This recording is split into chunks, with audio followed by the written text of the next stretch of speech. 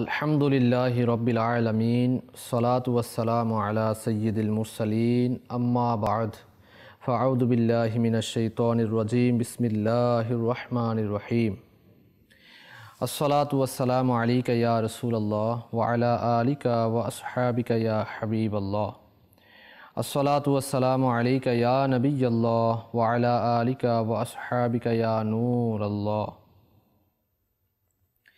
দুরুদে পাকের অগণিত ফজিলাত এবং বারাকাত রয়েছে। রাহমাতুল আলামিন শাফিউল মুজনিবিন হুজুরিপুন নূর সাল্লাল্লাহু তাআলা আলাইহি ওয়া আলিহি ওয়াসাল্লাম ইরশাদ করেছেন, যে ব্যক্তি আমার উপর জুমার দিন ৮০ বার দুরূদ শরীফ পাঠ করবে তার ৮০ বছরের গুনাহ ক্ষমা হয়ে যাবে। সাল্লু আলাল হাবিব সাল্লাল্লাহু তাআলা আলা মুহাম্মদ সাল্লাল্লাহু আলাইহি ওয়া আলিহি ওয়াসাল্লাম। অনুষ্ঠান আল্লাহ তাআলার নিয়ামত রাজি নিয়ে আরও একবার উপস্থিত হয়েছি। যারাই আমাদের সাথে রয়েছেন সকলকে জানাই স্বাগতম। আল্লাহ তাআলার নিয়ামত তো অসংখ্য রয়েছে, যা গণনা করে শেষ করা যাবে না। কোরআনে কারীমের মধ্যেও রয়েছে। তার মধ্য থেকেও আমরা কিছু কিছু নিয়ামত নিয়ে আলোচনা করে থাকি। আজকের একটি নিয়ামত নিয়ে আলোচনা করব। আমরা সকলেই জানি যে আল্লাহ একমাত্র আমাদের সৃষ্টিকর্তা, রিজিক দাতা এবং সকল কিছুর ভাণ্ডারের মালিক, মহান প্রভু। তারপরও আমরা কি একটিবারও আল্লাহর এই নিয়ামত রাজিগুলো নিয়ে চিন্তা করেছি, ভেবে দেখেছি যে আমাকে এত সুন্দর করে কে সৃষ্টি করেছেন আর কেনই বা সৃষ্টি করেছেন? প্রত্যেক জিনিস তৈরির পিছনে কোনো না কোনো কারণ তো অবশ্যই থাকে। আর আমাদেরকে আল্লাহ কী কারণে সৃষ্টি করেছেন তার তো অবশ্যই সুনির্দিষ্ট কোনো কারণ অবশ্যই রয়েছে।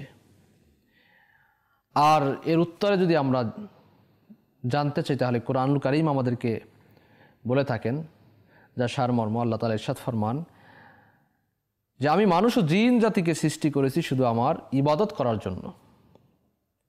আমরা যদি একটু ভেবে দেখি, আল্লাহ রাব্বুল আলামিন সূর্যকে তাপিত করেন অথবা সূর্যের অগ্নিকে, সূর্যের রশ্মিকে নিক্ষেপ করেন সমুদ্রে। তারপর তারই নির্দেশে সমুদ্রের পানি বাষ্প হয়ে উপরে উঠে যায়, সেখানে গিয়ে রূপান্তরিত হয় মেঘে। আল্লাহ তাআলার বাণী সূরা নূরের ৪৩ নম্বর আয়াতের মধ্যে ইরশাদ ফরমান, সারাংশ, তোমরা কি দেখো না আল্লাহ সঞ্চালিত করেন মেঘমালাকে? সূর্য থেকে অগ্নি বর্ষিত হয়েছে, সেই অগ্নি সমুদ্রের পানিকে বাষ্প বানিয়ে তুলে নিয়েছে শূন্যে। সৃষ্টি হয়েছে মেঘমালার। তারপর আল্লাহ তাআলা নির্দেশে সেই মেঘ বৃষ্টির ফোঁটা হয়ে ঝরে পড়ছে ঝিনুকের মুখে। সৃষ্টি হচ্ছে মূল্যবান মতি। সেই মেঘ থেকেই বৃষ্টি হচ্ছে আমাদের ক্ষেত খামারে, সবুজ হয়ে উঠছে মাঠের পর মাঠ। ফসল সবজি এগুলো যে ফলছে, এই ফল ফলাদি যে হচ্ছে, এগুলো এই বৃষ্টির কারণে। তীক্ষ্ণ হয়েছে করলার স্বাদ। মানুষ যখন এই বৃষ্টির পানি পান করে তখন তার জীবনে ফিরে আসে প্রাণ। এই পানি যখন সাপ পান করে তখন তা থেকে বিষ সৃষ্টি হয়। হরিণ পান করলে সৃষ্টি হয় মূল্যবান মিস্ক। এই পানি যদি ছাগল পান করে তাতে করে তার স্তনে সৃষ্টি হয় দুধ। আবার এই পানি যখন প্রয়োজনের সীমা পার করে ফেলে তখন এই পানি হয়ে ওঠে মানুষের একটি মরণ ফাঁদ, যা আমরা সকলেই জানি বন্যা প্লাবিত স্থানে যেগুলো হচ্ছে সেটা। পানি যখন প্রয়োজনের সীমা পার করে ফেলে তখন আমাদের সমাজে পানি বেশি হয়ে থাকে, প্লাবিত হয়ে থাকে, বন্যার আকারে ধারণ করে। আবার এই পানি যদি প্রয়োজনের চেয়ে কম হয় তখন দেখা যায় আপনার চারদিকে পেরেশানি আর পেরেশানি, হাহাকার। একটু বৃষ্টি যাতে করে হয়ে যায়, বৃষ্টির জন্য দোয়া করে থাকে। তাই তিনি রব্বুল আলামিন এক সুসংগত পরিমাণে প্রবাহিত করেন পানি, পাহাড়ের উপর বরফ বানিয়ে আপতিত করেন পানিকে। সেখান থেকে ফোঁটায় ফোঁটায় ঝর্ণা হয়ে নেমে আসে আমাদের জীবনে, আমাদের জীবন পানি। আল্লাহ তাআলা যদি আকাশের মেঘমালা থেকে মুক্ত মুখে পানি ছেড়ে দিতেন তখন আমাদের কি অবস্থা হতো? আমাদের ঘর বাড়ি ধসে গিয়ে সব ধ্বংস হয়ে যেত। মাদানী দর্শকবৃন্দ, নিশ্চয়ই আপনারা অবগত হয়েছেন আজকের আমরা পানির একটা অংশ, পানি যা থেকে আমরা পাই, অনেকগুলো কারণ থাকে পানি পাওয়ার। এরই একটা অংশ বৃষ্টি। এটাও আল্লাহ তাআলা অনেক বড় নিয়ামত। এই বৃষ্টি, রেইন, এই নিয়ামত সম্পর্কে আজকের আলোচনা শ্রবণ করব। ভালো ভালো নিয়ত আমরা আসুন করে নিই, কেননা হাদিসে পাকের মধ্যে রয়েছে নিয়াতুল মুমিনি খায়রুম মিন আমালিহি, মুসলমানের নিয়ত তার আমল অপেক্ষা উত্তম। ভালো কাজের শুরুতে ভালো নিয়ত না থাকলে ওই ভালো কাজের সওয়াব পাওয়া যায় না, আর ভালো কাজের শুরুতে নিয়ত যত বেশি হবে সওয়াবও তত বেশি হবে। এজন্য আমিও নিয়ত করছি, আপনারাও নিয়ত করে নিন, সকলে মিলে নিয়ত করে নিই আল্লাহ তার রসুল সাল্লাল্লাহু আলাইহি ওয়া সাল্লামের সন্তুষ্টি অর্জন এবং সওয়াব অর্জনের নিয়তে অনুষ্ঠান আল্লাহ তাআলার নিয়ামত রাজি শুরু থেকে শেষ পর্যন্ত দেখব ইনশাআল্লাহ তাআলা। শিক্ষণীয় মাদানী ফুলগুলো নিজে শিখবনের নিকট পৌঁছাবো, আল্লাহ তাআলার নিয়ামত সম্পর্কে অবগত হব, যাতে করে আমরা এই নিয়ামতের শুকরিয়া জ্ঞাপন করতে কামিয়াব হতে পারি। সঠিকভাবে নিয়ামতের যে শুকরিয়া জ্ঞাপন করা হয়ে থাকে সেই সঠিক নিয়ম পদ্ধতি মোতাবেক আল্লাহ তাআলা শুকরিয়া জ্ঞাপন করে আল্লাহ তাআলার কৃতজ্ঞতাকারী বান্দা হিসেবে আল্লাহ তাআলা গড়ে ওঠার তৌফিক দান করুক, আমিন। এই যে বৃষ্টির ফোঁটা, এখন বৃষ্টির সিজন, বাংলাদেশের মধ্যে আষাঢ় শ্রাবণ মাসে প্রচুর বৃষ্টি হয়ে থাকে, ভাদ্র আশ্বিন মাসে বৃষ্টি হয়ে থাকে কিন্তু পানি বেশি হয়ে থাকে। তো এই যে বৃষ্টি হয়ে থাকে, বিভিন্ন জায়গায় প্লাবিত হয়ে থাকে, অর্থাৎ বন্যাও এসে থাকে। তো এই বৃষ্টির ফোঁটার সাথে সাথে একজন ফিরিস্তা আসে, সে ফিরিস্তা বৃষ্টির ফোঁটাটিকে আদিষ্ট স্থানে পৌঁছিয়ে দিয়ে যায়। দেখুন, যেই বৃষ্টির ফোঁটাটি যেখানে পড়ার কথা সেখানেই পড়বে, অন্য কোথাও নয়। যেভাবে করে আলা হযরত ইমাম আহলে সুন্নাত ইমাম আহমদ রেজা খান রহমতুল্লাহ ইরশাদ ফরমান, প্রত্যেকটি দানার সাথে কে খাবে তার নাম লেখা রয়েছে। তেমনইভাবে বৃষ্টিও কোথায় পড়বে তাও লিপিবদ্ধ রয়েছে, আর ওই ফিরিস্তা একজন যে নিয়োজিত রয়েছে সে ওই বৃষ্টির ফোঁটাকে সেই স্থানে পৌঁছিয়ে দেয়। একবার একটি ফোঁটা নিয়ে যে ফিরিস্তা আগমন হয় সে আর দ্বিতীয়বার আসে না। আমাদের বর্ষা মৌসুমে মাঠে প্রান্তরে অবিরাম বৃষ্টি ঝরছে, আর প্রতিটি ফোঁটার সাথেই রয়েছে একজন ফেরেশতা। পাহাড়ের উপর যখন বর্ষণ করছেন, তাছাড়া সমুদ্র থেকে তুলে নিয়েছেন নোনা পানি, তারপর সে পানিকে কীভাবে ফিল্টার করলেন। সমুদ্রের পানি কিন্তু লোনা, কিন্তু বৃষ্টির পানি কিন্তু লোনা না, বৃষ্টির পানি থেকে মিষ্টি। এই সমুদ্রের লোনা পানি এটা বাষ্প হয়ে যাচ্ছে, সেটাকে ফিল্টারিং হচ্ছে, যে পুরো পানিটাই মানে ফটিকের মতো স্বচ্ছ হয়ে বর্ষিত হচ্ছে। পানির কুদরতির স্টোর, অথবা আল্লাহ তাআলা পানিকে বরফ বানিয়ে পাহাড়ের উপর বিছিয়ে রেখেছেন। এগুলো হলো পানির কুদরতি স্টোর। আমরা আমাদের ঘরের মধ্যে, বিশেষ করে ঢাকা শহর যাদের অনেক বড় বিল্ডিং রয়েছে, আমরা যারা পানি অনেক গ্রামের মধ্যেও যারা টাঙ্কিতে পানি স্টোর করে রাখি, মোটর দিয়ে উঠিয়ে রাখি, অথবা রিজার্ভ টাঙ্কি আমরা ইউজ করি, যারা যে পানি চলে গেলে আমরা ওখান থেকে পানি উঠাই, তারা আমরা লক্ষ্য করি যে আমরা কত কষ্ট করে এই পানিকে রিজার্ভ করি। ঢাকা শহরে তো পানির বিল দিতে হয়, কত লিটার পানি ইউজ করলেন তার বিল দিতে হবে ওয়াসাকে। তো তেমনিভাবে আমরা যদি গ্রামের মধ্যে একটা নলকূপ বসিয়ে থাকি তাহলে সেখানেও টাকা খরচ হয়েছে, সেখান থেকে মোটর লাগিয়ে ঘরে নিতে সেখানেও টাকা খরচ হচ্ছে, মোটর লাগিয়ে পানি উঠাতে সেখানেও টাকা খরচ হচ্ছে। মোট কথা প্রত্যেকটা জায়গাতে আমাদের টাকা খরচ হচ্ছে, আমাদের শ্রম খরচ হচ্ছে, আমাদের বুদ্ধি খরচ হচ্ছে এই পানিকে ফিল্টারিং করার জন্য, পানিকে স্টোরিং করার জন্য। কিন্তু মহান রব্বুল আলামিন এর কুদরত দেখুন, আল্লাহু আকবার কাবীরা। এই নেয়ামতের অবস্থা দেখুন, আমরা যে নেয়ামত পাচ্ছি বৃষ্টি, এই বৃষ্টির মতো নেয়ামতকে আল্লাহ তাআলা পাহাড়ের মধ্যে এটা স্টোর রাখেন কিভাবে, বরফ বানিয়ে। তো এটা হচ্ছে আল্লাহ তাআলার কুদরতি স্টোর। এক গ্লেসিয়ার পানির শতকরা 85% পৃথিবীর সবগুলো সমুদ্রের মধ্যে পড়ে আছে, অবশিষ্ট আপনার পানির ভাগ বরফ বানিয়ে বেছে রাখা হয়েছে পাহাড়ের উপর।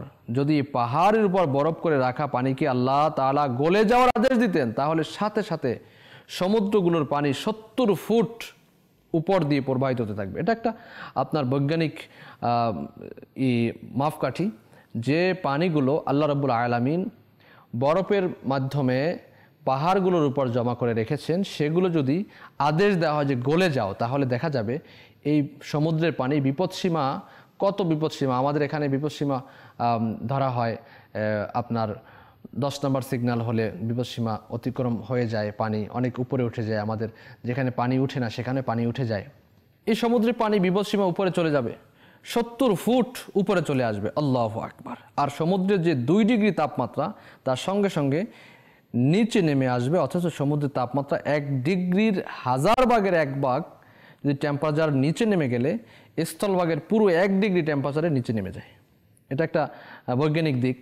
সুতরাং যদি সমুদ্রের পূর্ণ 1000 ভাগ টেম্পারেচারকেই নিচে নেমে যায়, টেম্পারেচার নিচে নেমে যায়, তাহলে স্থলভাগ হয়ে যাবে শূন্য।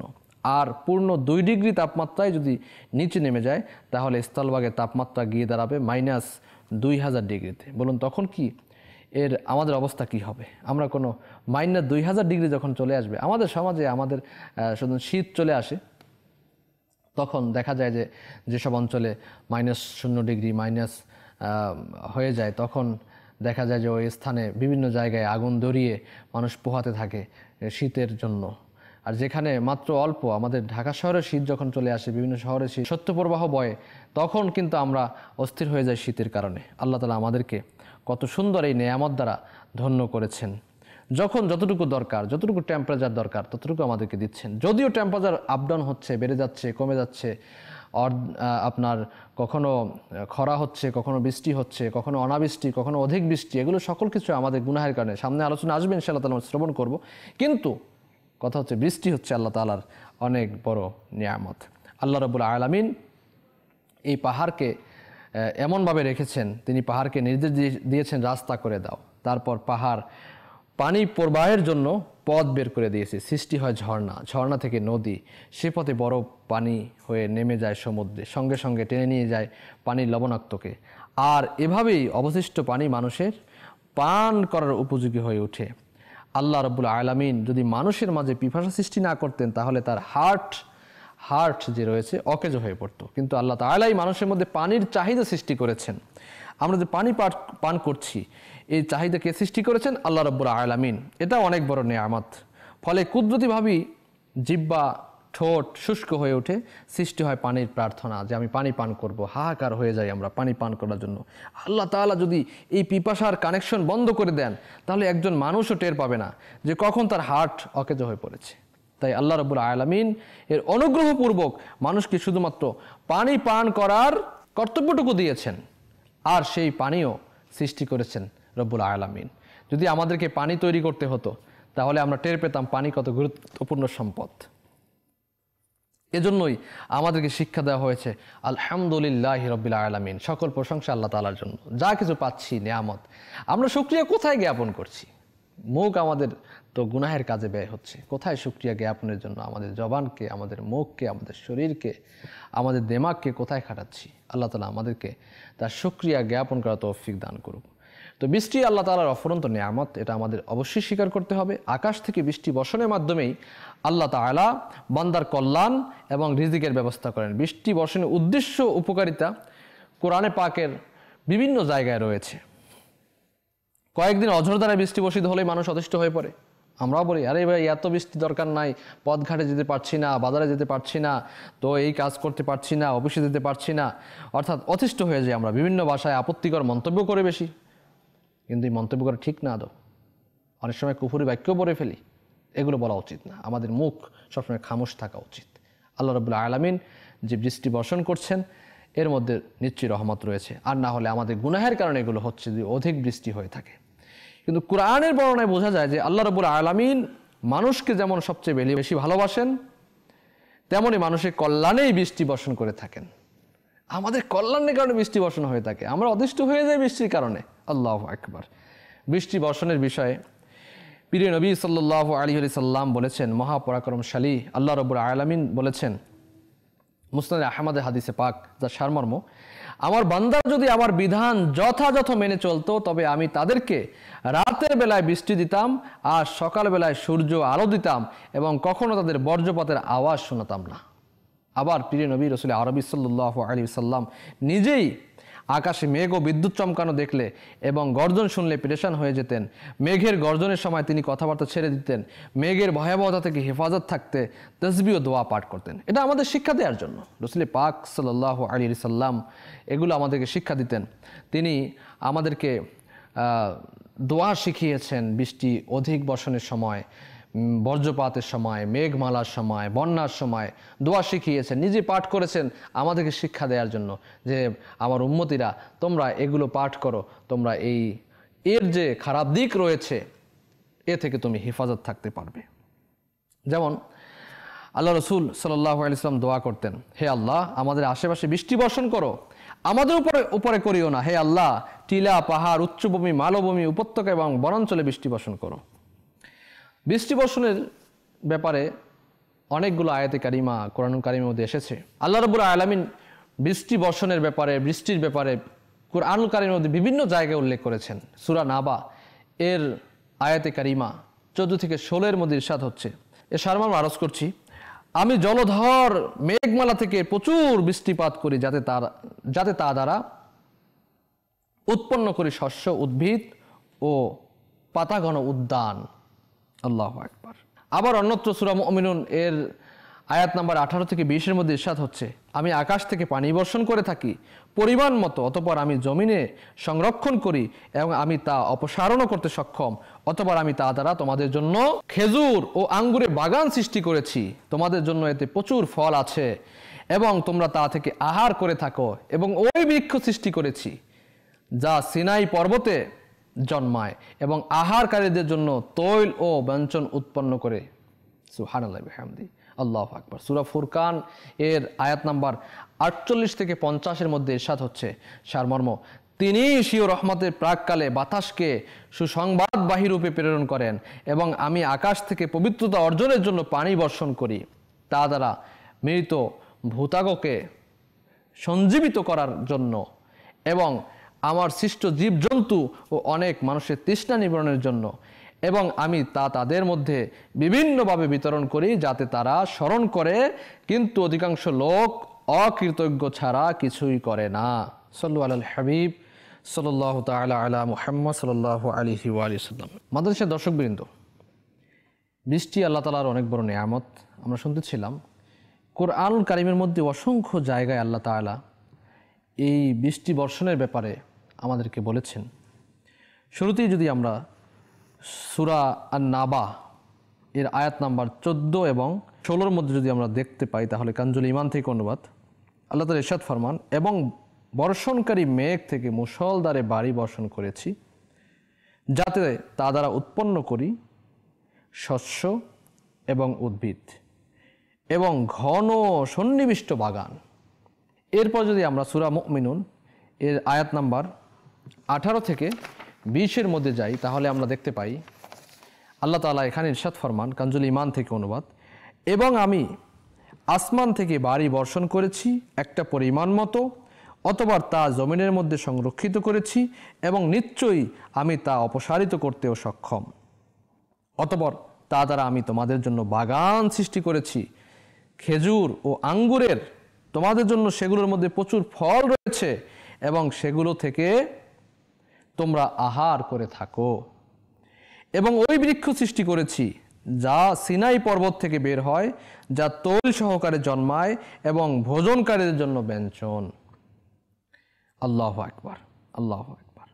সূরা ফুরকানের মধ্যে আল্লাহ তাআলা ইরশাদ ফরমান, কানজুল ঈমান থেকে অনুবাদ, সূরা ফুরকানের 48 থেকে 50 নম্বর আয়াতের মধ্যে আল্লাহ তাআলা ইরশাদ ফরমান, এবং তিনিই হন যিনি বায়ু প্রেরণ করেছেন আপন অনুগ্রহের প্রাককালে সুসংবাদবাহী রূপে, আর আমি আকাশ থেকে বাড়ি বর্ষণ করেছি যা পবিত্রকারী, যাতে আমি তা দ্বারা জীবিত করি এবং মৃত শহরকে, এবং তা পান করতে দেই স্বীয় সৃষ্টিকৃত বহু চতুষ্পদ জন্তু ও মানুষকে।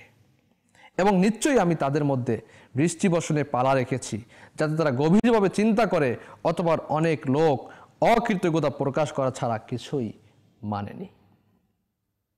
এরপরে আল্লাহ তাবারক ওয়া তাআলা সূরা ইব্রাহিমের আয়াত নম্বর 32 মধ্যে ইরশাদ ফরমান, সারমর্ম, তিনি আল্লাহ যিনি নবমণ্ডল ও ভূমণ্ডল সৃজন করেছেন এবং আকাশ থেকে পানি বর্ষণ করে, অতঃপর তা দ্বারা তোমাদের জন্য ফলের রিজিক উৎপন্ন করেছেন এবং নৌকাকে তোমাদের আজ্ঞাবহ করেছেন, যাতে তার আদেশে সমুদ্রে চলাফেরা করে, এবং নদ নদীকে তোমাদের সেবায় নিয়োজিত করেছেন। সুবহানাল্লাহি ওয়া বিহামদিহি। সূরা আনআমের মধ্যে আল্লাহ তাআলা ইরশাদ ফরমান 99 নং আয়াতের মধ্যে, কানজুল ঈমান থেকে অনুবাদ, এবং তিনিই হন যিনি আসমান থেকে বাড়ি বর্ষণ করেছেন, অতঃপর আমি তা দ্বারা প্রতিটি উদ্ভিদ উদ্গম করেছি, অনন্তর তা থেকে উদ্গত করেছি সবজি, যা থেকে শস্যদানা উৎপাদন করি, একটা অপরের উপর চড়া অবস্থায়, এবং খেজুরের মাথি থেকে পাশাপাশি গুচ্ছ এবং আঙ্গুরের বাগান এবং জৈতুন ও আনার কোনো কোনো বিষয়ে সদৃশ্য ও কোনো কোনো বিষয়ে বিসদৃশ্য। সেটার ফলের দিকে লক্ষ্য করো যখন ফলবান হয়, এবং সেটার পরিপক্ক হবার প্রতি নিশ্চয়ই এর মধ্যে নিদর্শন সমূহ রয়েছে ঈমানদারদের জন্য। সুবহানাল্লাহ, নিশ্চয়ই ঈমানদারদের জন্য নিদর্শন রয়েছে। সাল্লু আলাল হাবিব সাল্লাল্লাহু তাআলা আলা মুহাম্মদ সাল্লাল্লাহু তাআলা আলাইহি ওয়া আলিহি ওয়াসাল্লাম। সালাতু ওয়া সালামুন আলাইকা ইয়া সাইয়্যিদি ইয়া রাসূলুল্লাহ সাল্লাল্লাহু আলাইহি ওয়াসাল্লাম। অতঃপর সূরা নাহাল এর আয়াত নাম্বার 10 থেকে 11 মধ্যে আল্লাহ তাআলা ইরশাদ ফরমান, তিনি হন যিনি আসমান থেকে পানি বর্ষণ করেছেন, তাতে রয়েছে তোমাদের পানীয় এবং তা থেকেই রয়েছে বৃক্ষ যা থেকে তোমরা চরিয়ে থাকো। ওই পানি দ্বারা তোমাদের জন্য শস্য জন্মান এবং জাইতুন, খেজুর ও আঙ্গুর এবং প্রত্যেক প্রকারের ফল, নিশ্চয়ই তাদের নিদর্শন রয়েছে চিন্তাশীলদের জন্য। আল্লাহু আকবার, আল্লাহু আকবার। আসলেই এই যে আয়াতে কারিমাগুলো আমরা শুনছি, আল্লাহ তাআলা বৃষ্টির ব্যাপারে, বৃষ্টি বর্ষণের ব্যাপারে, এই মহান নেয়ামত সম্পর্কে কোরআনুল কারিমের মধ্যে আমাদেরকে ইরশাদ ফরমান। আল্লাহু আকবার। সূরা আনকাবুতের মধ্যে আল্লাহ তাআলা ইরশাদ ফরমান 63 নং আয়াতের মধ্যে, কানজুল ঈমান থেকে অনুবাদ, এবং যদি আপনি তাদেরকে জিজ্ঞাসা করেন কে অবতীর্ণ করেছেন আসমান থেকে পানি, অতঃপর তা দ্বারা জমিনকে জীবিত করেন সেটার মৃত্যুর পর, তবে অবশ্যই বলবো আল্লাহ। আপনি বলুন সমস্ত প্রশংসা আল্লাহর জন্য, বরং তাদের মধ্যে অধিকাংশ বিবেকহীন। আল্লাহু আকবার। এরপরে আল্লাহ তাআলা কোরআনুল মাজিদের মধ্যে সূরা লোকমানের মধ্যে ইরশাদ ফরমান, কানজুল ঈমান থেকে অনুবাদ 10 নং আয়াতের মধ্যে, তিনি আসমান সৃষ্টি করেছেন এমন সব স্তম্ভ ব্যতীত যেগুলো তোমরা দেখতে পাও, এবং পৃথিবীতে স্থাপন করেছেন নঙ্গরসমূহ যাতে তোমাদের নিয়ে কম্পন না করে, এবং তাতে প্রত্যেক প্রকারের জীবজন্তু জড়িয়ে দিয়েছেন। আর আমি আসমান থেকে পানি বর্ষণ করছি, অতঃপর পৃথিবীতে প্রত্যেক উৎকৃষ্ট জোড়া উদ্গত করেছি। সুবহানাল্লাহি বিহামদি, আল্লাহু আকবার। আল্লাহ তাআলা এই তার পবিত্র কালামুল্লাহ শরীফের মধ্যে বিভিন্ন জায়গায় আমাদেরকে বৃষ্টির ব্যাপারে বলেছেন, বৃষ্টি আল্লাহ তাআলার নিয়ামত এ সম্পর্কে বলেছেন।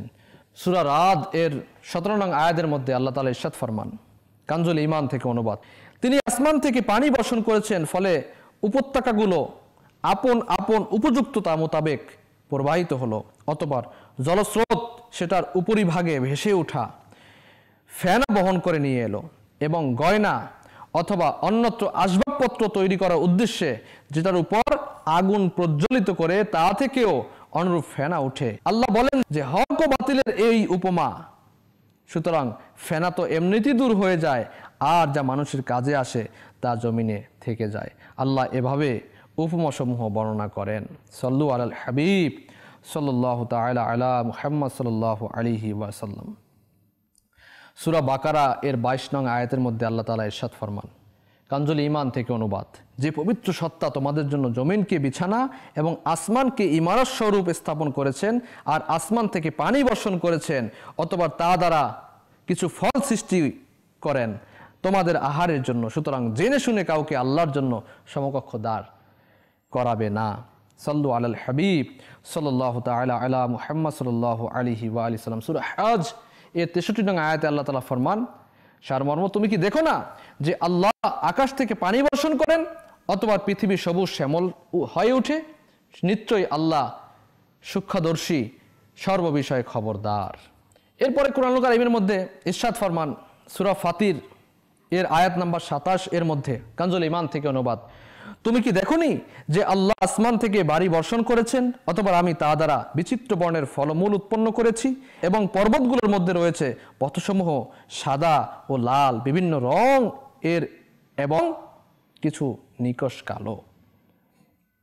সূরা কাফ এর আয়াত নাম্বার 9 থেকে 11 মধ্যে ইরশাদ ফরমান, এবং আমি আসমান থেকে বরকতময় পানি বর্ষণ করেছি, সুবহানাল্লাহ, অতঃপর তা দ্বারা বাগান উদ্গত করেছি এবং শস্য যা কাটা হয়, এবং খেজুরের লম্বা লম্বা বৃক্ষরাজি যেগুলো রয়েছে পাকা গুচ্ছ বান্দাদের জীবিকার জন্য, এবং আমি তা দ্বারা মৃত্যু শহরকে জীবিত করেছি। এভাবেই তোমাদেরকে কবরগুলো থেকে বের হতে হবে। আল্লাহ আল্লাহ আল্লাহ। সূরা কামার এর 11 থেকে 12 নং আয়াতে আল্লাহ তাআলা ইরশাদ ফরমান, কানজুল ঈমান থেকে অনুবাদ, আমি পরাস্ত, তুমি আমার বদলা নাও। অতঃপর আমি আসমানের দরজা খুলে দিলাম মুষলধারে বৃষ্টি দ্বারা এবং জমিনকে ঝর্ণা করে প্রবাহিত করে দিলাম, সুতরাং উভয়ে পানি মিলিত হয়েছে ওই পরিমাণে যা নির্ধারিত ছিল, যা নির্ধারণ করা ছিল। আল্লাহু আকবার, আল্লাহু আকবার। আল্লাহ তাআলা আমাদেরকে বুঝার তৌফিক দান করুক। এই যে বৃষ্টি সম্পর্কে আমরা আলোচনা শুনছি, আল্লাহ তাআলা কোরআনুল কারীমের মধ্যে অসংখ্য আয়াতের মধ্যে এভাবে করে আমাদেরকে বলেছেন। বিভিন্ন সূরা সম্পর্কে আমরা জানলাম, যার মধ্যে আল্লাহ তাআলা আমাদেরকে বিভিন্নভাবে এই বৃষ্টি সম্পর্কিত আয়াতগুলো আমাদেরকে বলেছেন। সূরা নামলের মধ্যে আল্লাহ তাআলা বলেন যে, বলতো কে সৃষ্টি করেছেন নবমণ্ডল ও ভূমণ্ডল এবং আকাশ থেকে তোমাদের জন্য বর্ষণ করেছেন পানি, অথবা তা দ্বারা আমি মনোরম বাগান সৃষ্টি করেছি, তার বৃক্ষাদি উৎপন্ন করার শক্তি তোমাদের নেই। অতএব আল্লাহর সাথে অন্য কোনো উপাস্য আছে কি? বরং তারা সত্যবিচ্যুত সম্প্রদায়। দেখুন মাদ্রাসার দর্শকবৃন্দ, বৃষ্টি যে আল্লাহ তাআলার পক্ষ থেকে কত বড় নেয়ামত। বৃষ্টিকে বরকতময় পানি বলা হয়েছে। বৃষ্টির পানি পান করলে, এর মধ্যে বিজ্ঞান বলে যে যত পানি আমরা নিষ্কাশিত করি, যত পানি আমরা ফিল্টারাইজ করি, যতভাবেই আমরা পরিষ্কার পরিচ্ছন্ন বিশুদ্ধ পানি আমরা তৈরি করি না কেন, বৃষ্টির পানির মতো বিশুদ্ধ পানি আর হতে পারে না। এর মধ্যে বারাকাত, এর মধ্যে যে বৃষ্টি একটু পানির মধ্যে যা কিছু থাকা দরকার সকল কিছু বৃষ্টির পানিতে রয়েছে, আলহামদুলিল্লাহ। তাই বৃষ্টির পানি আমাদের সংরক্ষণ করা উচিত। বৃষ্টির পানি সংরক্ষণ করে পান করা উচিত, বিভিন্ন কাজে ব্যবহার করা উচিত। আমাদের সরকারও আমাদেরকে বৃষ্টির পানি সংরক্ষণের জন্য উৎসাহিত করছেন। সেজন্য এখন বৃষ্টির সিজন, এই বৃষ্টিকে আমাদের বরকতময় করার জন্য আল্লাহ তাআলার দরবারে দোয়াও করতে হবে যে আল্লাহ আমাদেরকে এই বৃষ্টি বরকতময় করে দাও, সেজন্য দোয়া করতে হবে। বৃষ্টির সময় একটি দুরূদে পাক রয়েছে, যা পাঠ করার দ্বারা, এই দুরূদে পাক পাঠ করার দ্বারা বৃষ্টির যতগুলো ফোঁটা হবে ততগুলো ফোঁটা পরিমাণ সওয়াব, নেকি আমলনামায় লিখে দেওয়া হয়। আসুন আমরা সেই দুরূদে পাকও শুনবো এবং আশা করছি যে আমরা মুখস্থ করে নিব এবং এর উপর আমল করবো ইনশাআল্লাহ তাআলা। এই দুরূদ শরীফ বৃষ্টি বর্ষণের সময় পাঠ করলে যতগুলো ফোঁটা মাটিতে পড়ে ততগুলো সওয়াব আমলনামায় লেখা হবে ইনশাআল্লাহ তাআলা। আসুন আমরা পাঠ করে নিই। আল্লাহুম্মা সাল্লি ওয়া সাল্লিম আলা সাইয়্যিদিনা ওয়া মাওলানা মুহাম্মাদিন ওয়া আলা আলিহি সাইয়্যিদিনা ওয়া মাওলানা মুহাম্মাদিন বিআদাদি কতরাতিল আমতার। এই দুরূদে পাক আমরা মুখস্থ করে নিই। মাকতাবাতুল মদিনার মধ্যে দুরূদ শরীফের উপহার সম্পর্কে একটা ছোট্ট বই পাওয়া যায়, তা সংগ্রহ করে নিই। এর মধ্যে এই দুরূদে পাক রয়েছে। মুখস্থ করে যখনই বৃষ্টি বর্ষণ হয় তখন আমরা এই দুরূদে পাক পাঠ করব। সুবহানাল্লাহ, যতগুলো বর্ষণ হবে ততগুলো নেকি আমাদের নামায় আমলে লিপিবদ্ধ করে দেওয়া হবে। এই বৃষ্টি আল্লাহর নেয়ামত, যদি কখনো তা মানুষের কোনো ক্ষতির কারণ হয়ে দাঁড়ায়, আমাদের যদি কোনো ক্ষতির কারণ হয়ে দাঁড়ায়, তাহলে বুঝতে হবে এটা আমাদের গুনাহের ফল। কারণ আল্লাহ এ দুনিয়াতে মানুষের জন্য দয়াময়।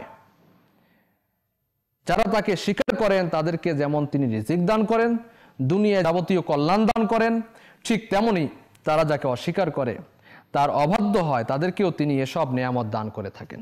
আল্লাহ তাআলা আমাদেরকে কোরআনের সুস্পষ্ট আয়াত এবং হাদিস মোতাবেক বৃষ্টির উপকারিতা গ্রহণে তৌফিক দান করুক। প্রাকৃতিক দুর্যোগ যখন আসে, সব ধরনের অনিষ্টতা থেকে, বন্যা থেকে আমাদেরকে হেফাজত দান করুক। আসমানি বালা থেকে, জমিনি বালা থেকে আমাদেরকে হেফাজত দান করুক। বৃষ্টি আমাদের জন্য রহমত প্রেরণ করুক, আমিন। এই বৃষ্টিকে আমরা নেয়ামত হিসাবে গ্রহণ করি ইনশাআল্লাহ তাআলা। এর মধ্য থেকে অনেক রোগ বালাই দূর হবে, অনেক কিছু দূর হবে। দেখুন না, কোরবানি সিজন যখন আসে, আমরা কোরবানি করি, এর পরপরই যখন বৃষ্টি হয় তখন আমাদের দিল থেকে কত আরামে আল্লাহ তাআলা শুকরিয়া জ্ঞাপন হয় যে আল্লাহ তাআলা এই মুহূর্তে বৃষ্টি দান করেছেন, সুবহানাল্লাহ, সকল কিছু ধুয়ে মুছে যাচ্ছে। এভাবে করে বৃষ্টি আসলে অনেক কিছু, অনেক জিনিস ধুয়ে মুছে চলে যায়, রোগ বালাই চলে যায় আমাদের এলাকা থেকে, আমাদের সমাজ থেকে, আমাদের ঘর থেকে, যেগুলো আমরা লক্ষ্যও করি না, যেগুলো আমরা জানিও না, বুঝিও না।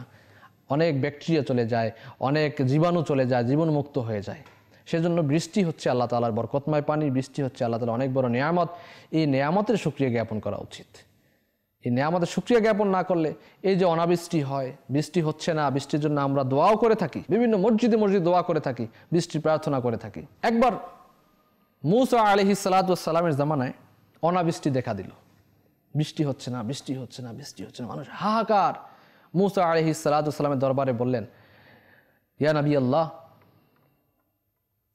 আপনি আল্লাহর নবী রয়েছেন, দোয়া করুন যাতে বৃষ্টি হয়ে যায়। তখন মুসা আলাইহিস সালাতু ওয়াস সালাম বললেন যে ঠিক আছে, আমি দোয়া করব, কিন্তু আমার সাথে এমন ব্যক্তি আসো যে কখনো গুনাহ করনি, তাকে নিয়ে আমি দোয়া করব দূর পাহাড়ে। তো মুসা আলাইহিস সালাতু ওয়াস সালামের সাথে একজন এক চোখ অন্ধওয়ালা ব্যক্তি সাথে গেলেন। তুমি কি কখনো গুনাহ করনি? বলেন যে, হে কালিমুল্লাহ, আমার থেকে একটি অন্যায় হয়ে গিয়েছে, আপনিই বলুন এটা কি এখনো বাকি আছে কিনা, বলো কি অন্যায় করেছো। বলেন যে, একবার অনিচ্ছা সত্ত্বে, আমি চাইনি, হঠাৎ করে আমার চোখ কোনো ঘরের দিকে, ঘরের ভিতরে পড়ে গেল। সেখানে আমার চোখে এরকম কিছুই দৃষ্টিগোচর হয়নি, কিন্তু অন্যের ঘরে আমার চোখ কেন পড়লো সেজন্য আমি চোখকে তুলে ফেললাম। এখন আপনিই বলুন আমার সেই গুনাহটি বাকি রয়েছে?